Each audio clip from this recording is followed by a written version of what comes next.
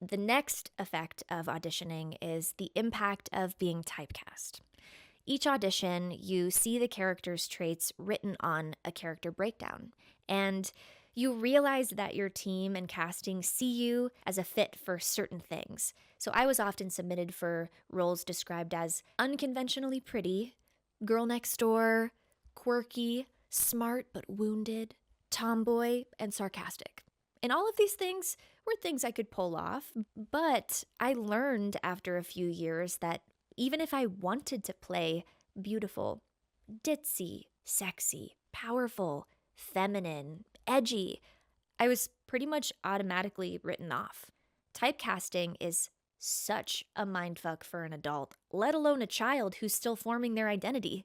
To this day, I have fragments of my self-concept that originated from character breakdowns. And beyond the character breakdown, you also become typecast for the kinds of projects you're going to book.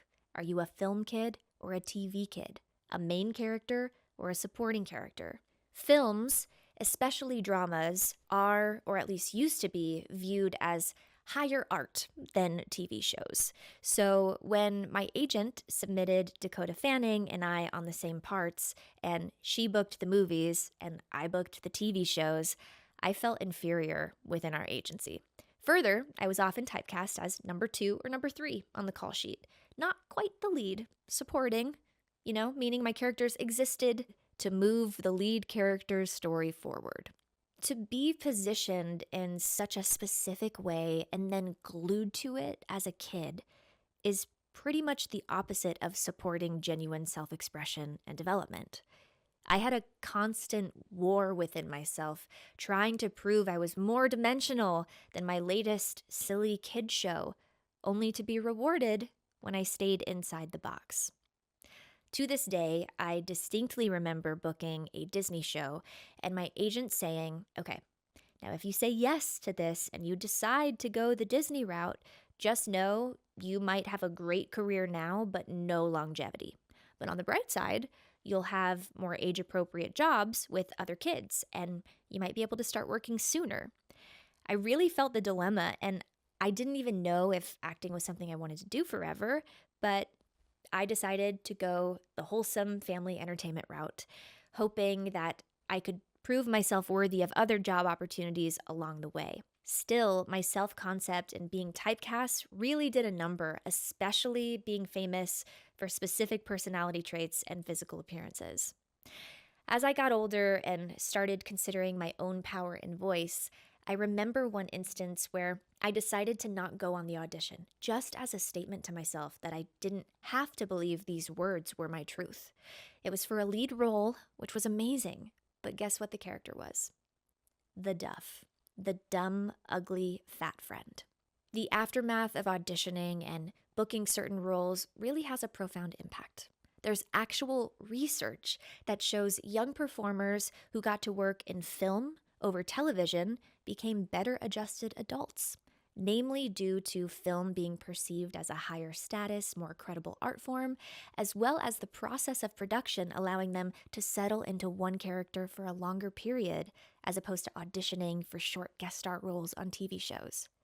With the exception of series regulars on TV, most bookings are for short shoots, and then you're right back out auditioning again, and the cumulative stress over time has negative effects on the child. To give you a window into my own psyche, auditions shaped me in a few additional ways. Because auditions require the actor to put themselves through the ringer repeatedly just to win over strangers, I became a master people pleaser. I was hyper-vigilant and attuned to others' needs, and on and ready all the time, for better and worse. I can read rooms and people very attentively, and these days I have to proactively chill out and remind myself I'm not trying to win over people, I can just be. But that only started taking root once I stopped auditioning several years ago. And if I haven't already named this, it's really odd that as a response to our vulnerability on auditions, we'll mostly be rejected. We give you our all, and you mostly say nope. There's no holding space from the casting director. It's not two-way vulnerability. You're on your own to get out of character and move forward without taking any of this personally. And on the rare occasion that we book the role, it's still odd to me that the reward involves creating dramatic and emotional scenes in our mind and body. It's so strange for a kid who doesn't know what's going on already. Research shows that kids who feel like their decision to perform was self determined at least have higher rates of enjoying the process. But for kids who don't feel like they chose this for themselves, they tend to interpret this process as stressful. And auditioning is most of their professional experience. I think the last thing I'll name for now is a lot of really, really, really talented people have had dozens of almosts in their career. So many talented performers have almost been your favorite action hero, your favorite comedian, your favorite leading lady. And you get to see the select few who make it, but there have been millions of other performers over the years who won't. And for some of them, a life of almosts is corrosive to the spirit. It steals years from your life. It ruins your mental health and relationships because you're chasing some big break in a future that won't happen. Like, I don't mean this pessimistically. I mean that as a means to really check in and ask yourself, what's driving you and what are you willing to risk and sacrifice when you get into the industry? Let me tell you, after 15 years of so many almosts, I was over it. I have other skills and interests in this life, and the world is so big. Why would I trap myself in this any longer? When I see Oscar winners telling young artists to keep going no matter what, knowing I thought I was going to get an Oscar someday, I now know that that isn't the best advice for me.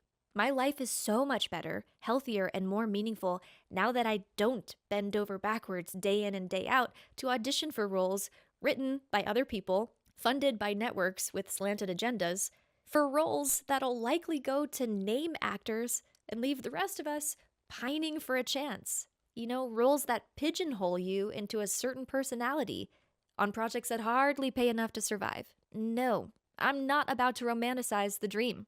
I much prefer the power that has come from taking control of my destiny. On that note of self-empowerment, I also now look at acting jobs and I'm like, how did I not recognize that I was pouring out my soul and giving my body for this project, but never even had any ownership of the material? I always understood that actors were hired to bring to life someone else's story. And, I found that to be such a gift, right? It's an act of service. You're bringing to life this person's artistic vision. Yet, as I got older, I started to recognize that the people creating and financing films also have their own specific beliefs, motivations, perhaps even agendas, whether there's a certain political undertone or societal commentary. And instead of just focusing on the arduous audition process and trying to get hired, I had some kind of ethical question about what projects I even wanted to support and what impact they'd have on viewers.